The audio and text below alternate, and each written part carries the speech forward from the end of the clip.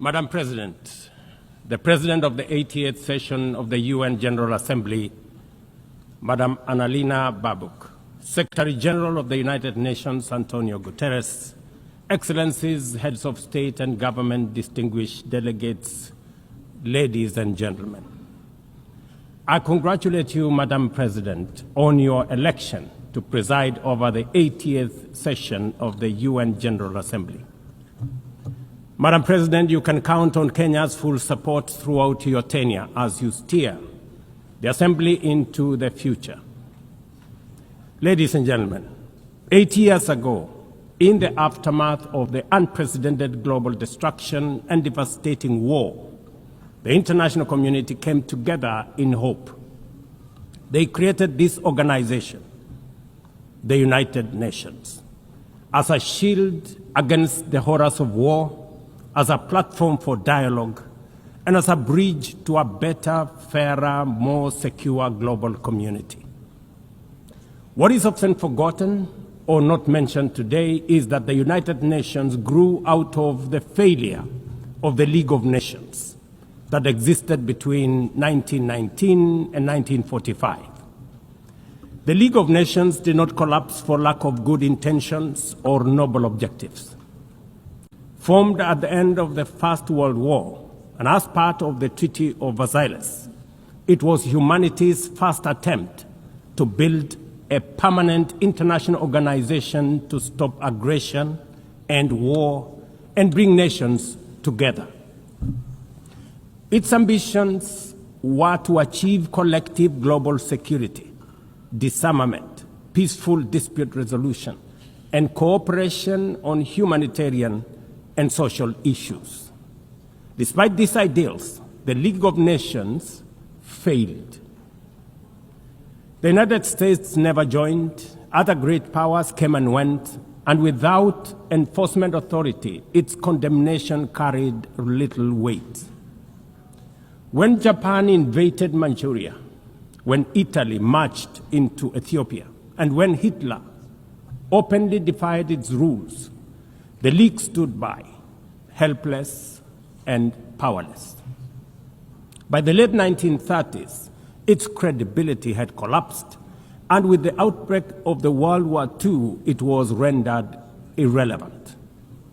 Madam President, this history is both a lesson and a warning. Institutions rarely fail because they lack vision or ideals.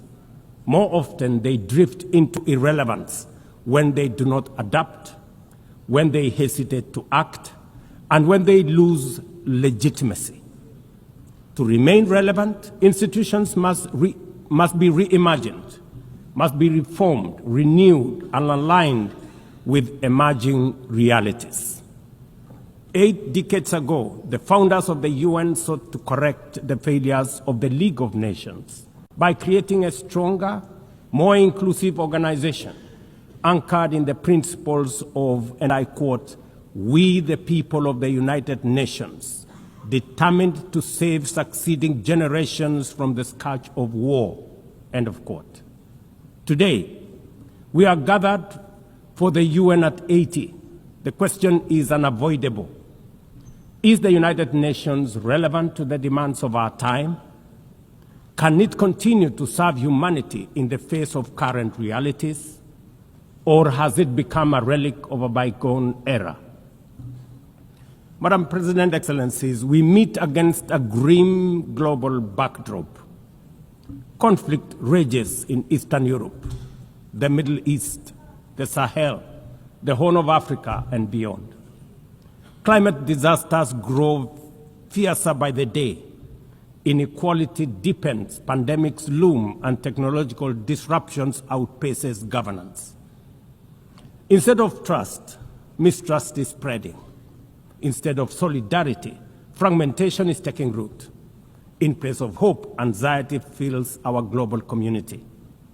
We are living, to borrow from the words of the founders of this institution, not in larger freedom, but in growing uncertainty. At this moment of turbulence, when we most need a strong United Nations, the organization faces its deepest crisis in credibility and capacity. Funding cuts have paralyzed its operations. Bureaucracy has slowed its response. The Security Council remains frozen in the post-war structures of 1945, unable to act inclusively, with fairness, and with speed. Ladies and gentlemen, I can, however, state with absolute conviction that the United Nations has been one of humanity's greatest achievements. For 8 decades, it has held back the specter of global war, calmed conflicts from Cambodia to Liberia, and stood guard in some of the world's most dangerous places through the courage of its peacemakers and peacekeepers. Few institutions in humanity's history can claim such a legacy. The United Nations has stood at the front lines of humanitarian crisis, from famine relief in the Horn of Africa to emergency shelter for millions of Syrian and Ukrainian refugees.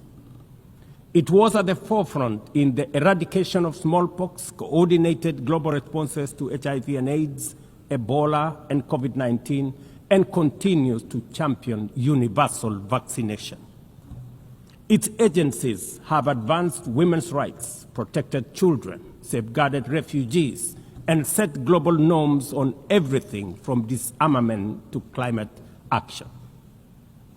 The UN Sustainable Development Goals remain a shared blueprint for human progress. These are achievements no nation could have achieved alone, however rich, however great, or however powerful.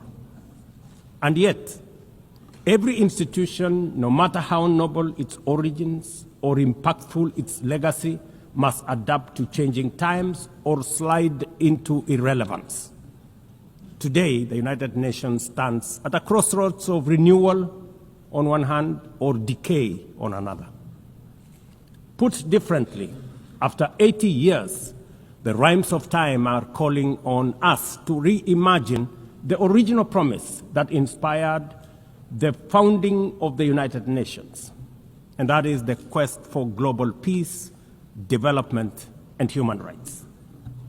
But this call must now be answered in a global context that is profoundly different from the post-war era in which the UN was conceived then. We would be denying the cold, hard truth if we say that the United Nations is delivering as it should. On peace and security, its voice is too often drowned by the rivalries of great powers, while some nations simply ignore its resolutions and do as they please. Too often, the UN's blue helmet, once a symbol of moral authority, no longer commands the same respect. From the conflicts in Gaza to Ukraine, to the crisis in Sudan, DRC Congo, Somalia, and the Sahel, we see actors proceed undeterred by the United Nations calls. Excellencies, ladies and gentlemen, Kenya speaks from the experience of a nation deeply invested in multilateralism. For decades, we have placed our troops and police in harm's way for peacekeeping missions across Africa and beyond, from Somalia to Democratic Republic of Congo, from South Sudan to most recently in our neighborhood here in Haiti. Over the past 15 months, we are proud to have led the multinational security support mission in Haiti, not because it has been easy, but because solidarity is the essence of the United Nations. Madam President, the mandate of the MSS mission is coming to an end in a few days. As the lead nation, allow me to briefly share our experiences, the successes and the challenges, as both a cautionary tale and a living lesson about the strengths and weaknesses of the current global security governance architecture. For far too long, the people of Haiti called out to the world. Too often, their pleas were met with silence, hesitation, or half measures. Haiti became a tragic reminder of what happens when the international community looks away, prevaricates, or offers half-hearted support. When Kenya responded to the quest for the Haitian authorities, it was in the belief that we were joining a genuinely multinational effort. We welcomed and fully embraced Resolution 2699, by which the United Nations Security Council authorized the MSS with Kenya as the lead nation. Drawing on our decades of peace support operations, we stepped forward, stepped up, and deployed our officers to confront the rampant menace of gang violence in Port-au-Prince and its environs. Madam President, ladies and gentlemen, the mission has operated in a volatile environment under enormous constraints. It has been underfunded, under-equipped, and operated below 40% of its authorized personnel strength. Our police officers have valiantly shouldered responsibilities without the full logistical support that would accompany any mission sanctioned by the United Nations. Despite these challenges, and against all odds, the MSS has delivered results many thought were impossible. The presidential palace, once under siege from gangs, is today restored as the seat of government. The police headquarters and the police training center, once overrun by gangs, are now secure, with the academy resuming the training of new police officers, over 700 of whom graduated a few months ago. Schools that have been shattered by violence have reopened, with children back in class, learning and progressing. Roads once manned or blocked by gangs have now free-flowing traffic.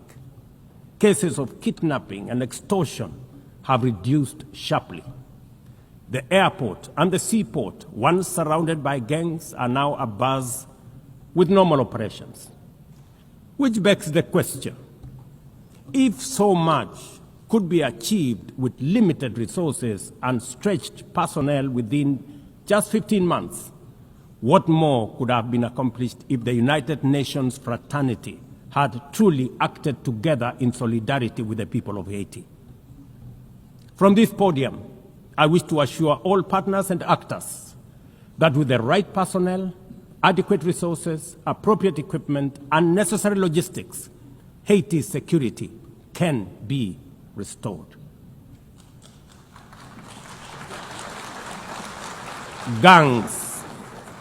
Gangs can be neutralized and the safety of streets, schools, hospitals, and homes secured. The continued harassment, abductions, and criminal acts undermining the lives of Haitians are unacceptable, unjustifiable, and must be stopped by this organization, the United Nations. Madam President,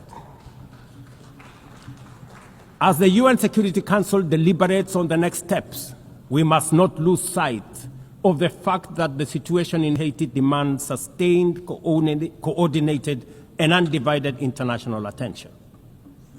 A careful and orderly transition from MSS is essential to consolidate the hard-won gains so far achieved. I urge the Security Council and all partners to remain steadfast in ensuring that Haiti moves forward on a path of peace, stability, and renewal. Ladies and gentlemen, on human rights, our principle is clear and unwavering. The protection of civilians and respect for humanitarian law cannot be applied selectively. We cannot condemn suffering in one place and turn a blind eye in another. Kenya is gravely concerned by the humanitarian catastrophe in Gaza and by the immense suffering of civilians caught in the devastation of disproportionate military operations. At the same time, we call for the unconditional release of Israeli hostages. In line with the African Union and United Nations resolutions, we also call for a permanent ceasefire, for strict adherence to international humanitarian law, and for the launch of a credible political process. Only through such a process can the vision of a two-state solution be realized, where Israel and Palestine live side by side in peace, security, and stability.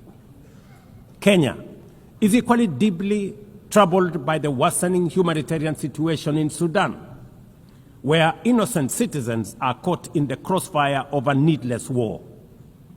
We fully endorse the Quad, comprising Egypt, Saudi Arabia, the United Arab Emirates, and the United States, in affirming that there cannot be a military solution and that only political dialogue offers a viable path forward.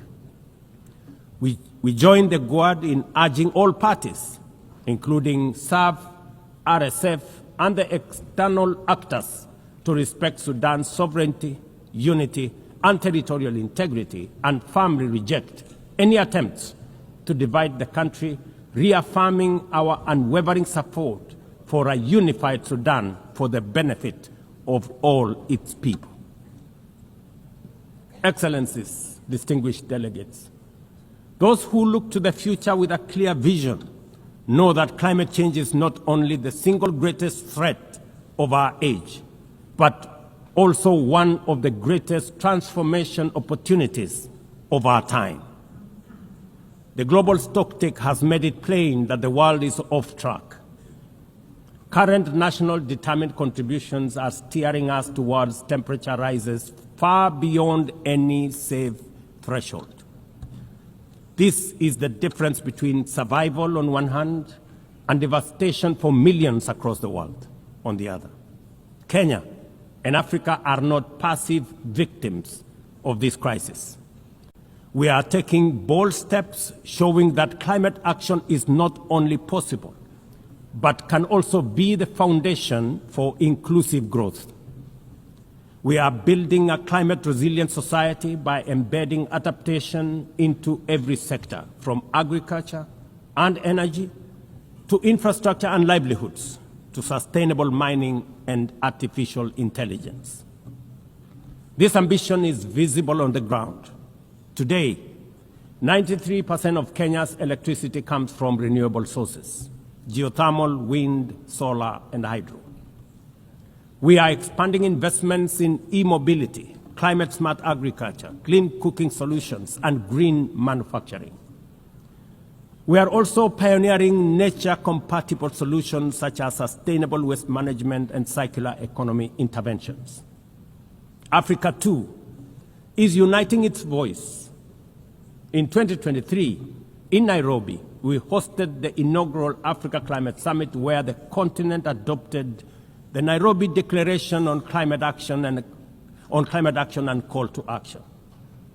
Just 2 weeks ago, in Addis Ababa, Africa came together once more at the second Africa Climate Summit to reaffirm our commitment and strengthen our ambition for climate-positive growth.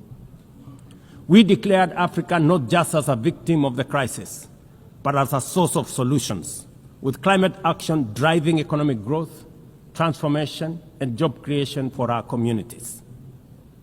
Ambition, ladies and gentlemen, cannot stand on willpower alone. Implementing our new NDCs will require $56 billion. That is why we call on the global community to unlock the $300 billion agreed at Baku, and to accelerate negotiations towards the new $1.3 trillion goal under the Baku-Belém roadmap. Without affordable finance and without reform of the international financial architecture, the promise of climate action in Africa will remain constrained. Madam President, in the aftermath of World War II, the Bretton Woods institutions were created to stabilize the global economy and rebuild war-torn Europe. At that time, their design reflected the power and interest of the victorious nations, who were also their primary shareholders and beneficiaries. The IMF was tasked with upholding the gold standard exchange rate system, while the World Bank was established to finance Europe's reconstruction. Both have since evolved into development finance institutions, but their structures, decision-making, and governance remains dominated by wealthy nations. Today, the global context is vastly different.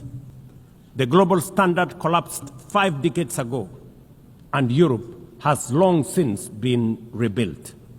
Yet, the governance of these institutions has not kept pace with needs of a multipolar world, especially the needs of poor and developing nations. The mismatch between shareholders and stakeholders has become starkly visible. For instance, during the IMF's recent allocation of special drawing rights, 64% went to wealthy nations. Just imagine, 64%. With little need for liquidity support. They didn't need the money anyway, but they got 64%. While the poorer countries received just 2.4%. What a disconnect. The imbalance highlights how the very institutions meant to safeguard global finance stability often perpetuate inequality and instability. I have argued, and I say it again, that the current global financial architecture punishes poor countries with high interest rates and enormous conditionalities while rewarding rich nations with lower interest rates and softer lending rates. Its rules, priorities, and allocation mechanisms consistently favor those already prosperous, while trapping vulnerable economies in cycles of debt, high borrowing costs, and inadequate access to emergency support and concessional funding. It is imperative to transform these institutions into genuinely independent, apolitical global bodies that their operations are aligned with their global mandate. Such a shift would democratize decision-making, restore credibility, and allow the IMF and the World Bank to serve all countries fairly rather than reinforcing old hierarchies. But Africa is not merely waiting for external prescriptions. We are taking bold and deliberate steps to strengthen our financial independence, safeguard our stability, and accelerate our development. Kenya, for instance, fully endorses the establishment of the Alliance of African Multilateral Financial Institutions, launched with the Africa Union in February 2024. This alliance brings together our homegrown banks, Afrexim Bank, the Africa Finance Corporation, the Trade and Development Bank, Shelter Afrique, Africa Re, Africa Development Bank, Africa Trade and Investment Development Insurance, and ZEPRI, institutions that embody Africa's determination to mobilize resources, finance trade, and build resilience on our own terms. At the same time, the Africa Union is championing 3 transformative institutions: the Africa Central Bank, which will issue a single currency and free our trade from dependence on foreign money; the Africa Monetary Fund, positioned to stabilize our economies and give us true financial sovereignty; and the Africa Investment Bank, designed to mobilize resources for infrastructure, industrialization, and integration that Africa needs to rise. And to complete this vision, the Africa Credit Rating Agency, one that understands our realities, values our uniqueness, and tells our story with fairness and truth, has already been established. Excellencies, as we mark the 80th anniversary of the United Nations, Africa also marks 20 years since the Ezulwini Consensus and the Sirte Declaration, the 2 historic milestones that establishes the common African position on UN Security Council reforms. For 2 decades, Africa has spoken in one voice, demanding justice, equity, and representation in the highest organ of global governance. This demand, however, continues to be ignored deferred, or endlessly debated to the detriment of both Africa and the legitimacy of the United Nations itself. You cannot claim to be the United Nations while disregarding the voice of 54 nations. It is not possible. Africa is no longer willing to wait on the margins of global governance while decisions about peace, security, and development are made without our understanding, without our perspectives, and without our voice. Africa's exclusion is not only unacceptable, unfair, and grossly unjust, it also undermines the very credibility of the United Nations, this organization. Africa dominates most of the Security Council agenda, provides some of the largest contingents of UN peacekeeping forces, and bears the heaviest costs of instability. Yet we remain the only continent without a permanent seat at the main table where decisions about our destiny are made. Africa deserves, ladies and gentlemen, at the very least, 2 permanent seats with full rights, including the right to veto, and 2 additional non-permanent seats on the United Nations Security Council. The world must understand that reforming the Security Council is not a favor to Africa or to anybody. It is a necessity for the United Nations' own survival.